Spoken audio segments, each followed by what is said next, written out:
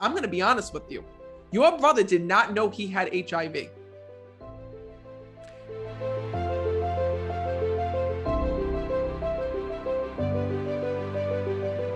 So first of all, there's a soul that's coming through that I keep hearing was misdiagnosed here in the physical world. Because right away, this man kept telling me, I can walk again, I can walk again, I can walk again. My godfather he amputated his, one of his legs and then both. But what's really tough with him is that he's telling me that he had constant infections through his body here in this world. Mm-hmm.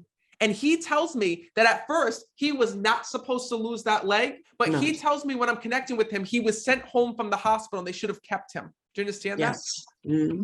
That's why his soul was here, because he was screaming, trying to come through. This is really tough because when I connect with this man, he says to me, Matt, please let them know that on the other side, they would not recognize who I am. Because when I'm speaking to his soul, he keeps showing me that when he was here in this world, this man was always sick. He was always in the hospital. He always had many things wrong with him here in the physical world. But he says to me that no matter what hit him, no matter what went on within his body, he fought so hard to stay alive here in this world. Yeah. And he's acknowledging that. He's also talking about the animals here in the physical world, that he was an animal lover when I'm connecting with him. Because in spirit, he's also showing me about having all the family animals with him on the other side. Yes, they had so many dogs. Please know that all of those dogs are with him, because anytime that we lose pets, right, they don't go to a separate heaven. All of our pets are there and with one another, and he's bringing this through. Do you also know if there's a Tom or a Thomas that passed as well? It's my brother, Tommy. He's here with him.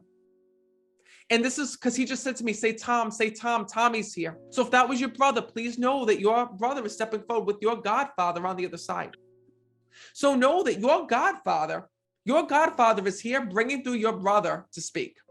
And this is a heavy message, because when I'm connecting with your brother, first of all, he says to me, Matt, there were many things that I was not proud of here in this world, he tells me. He says, and he tells me, my sister is so pissed at me, because when he was here, your brother did what the hell he wanted, and he never worried about the consequences when I'm connecting with him. Yeah. And by the way, why was he always like crashing his car? Or what was the issue with like him always screwing his car up? He thought he was Superman and he wasn't. Like, your brother just shows me, but I feel like he just didn't care. I don't know if it's because his car was a shit box, or like if he just felt like that, you know, he could fix it later. When I'm connected with him, he shows me him flying down the street. He shows me like when I'm connected with him, like flying around the corner. He shows me about like backing into things, and your brother would just keep going. Like, that's just how he was. Yeah, he used to post little videos of him going 120 something miles an hour on the freeway. You're going to understand, when I'm connecting with your loved ones, they don't change how they are. And when I'm connecting with your brother, he shows me that everybody knew him by his car here in this world. Mm-hmm. That when he was here, you would like, he shows me that like people would see him all over the place. Like, he was always like here, there, and everywhere in that car. Yes. And to him, he says to me, Matt, he goes, I was like the mayor when I was here. Yeah. But what was so tough was this, is that when I'm connecting with him, he also says to me, Matt, he says, there were parts of my life that I didn't talk about. He says, and there were certain things that I kept hidden from my sister. And that's why I'm here. So he knew that he wants to let you know that he's sorry. So he knew. Your brother had a few things that were going on in his body here in the physical world when I'm connecting with him. But I'm going to also be honest with you. I don't think that your brother thought that things were severe. He keeps telling me when I'm connecting that he kept having this reoccurring pain. How do you connect with the reoccurring pain with him? He died of AIDS. Okay. And when he was hospitalized, he said no one knew he had HIV for like 15 years. And he kept getting this cough, and he's a bodybuilder, and he couldn't gain weight. And then the night he was hospitalized, he was in a medical coma, and that was it. So maybe this is going to sound weird to you, okay? But I'm going to tell you, I'm going to be really honest, okay? Yeah. Your brother showed me him smoking the silly smoke here in this world. Mm-hmm. And he tells me weed was my medication, he says to me. So please know that he's showing me him smoking in that car, and he's telling me this was my medication. He shows me, and listen, I thought it was weird because he's like fishbowl in the car when I'm connecting. I see all the smoke in the car and your brother there. And you know that he kept telling me, I did this because of the pain. I did this because of the pain. Whatever he was taking, he was self-medicating here in this world. He was doing that, and he was also doing pills here in this world as well. Because I keep hearing him calling people and saying, hey, throw me some pain pills, throw me some pain pills. And do you know that your brother lived like that for years? Yes.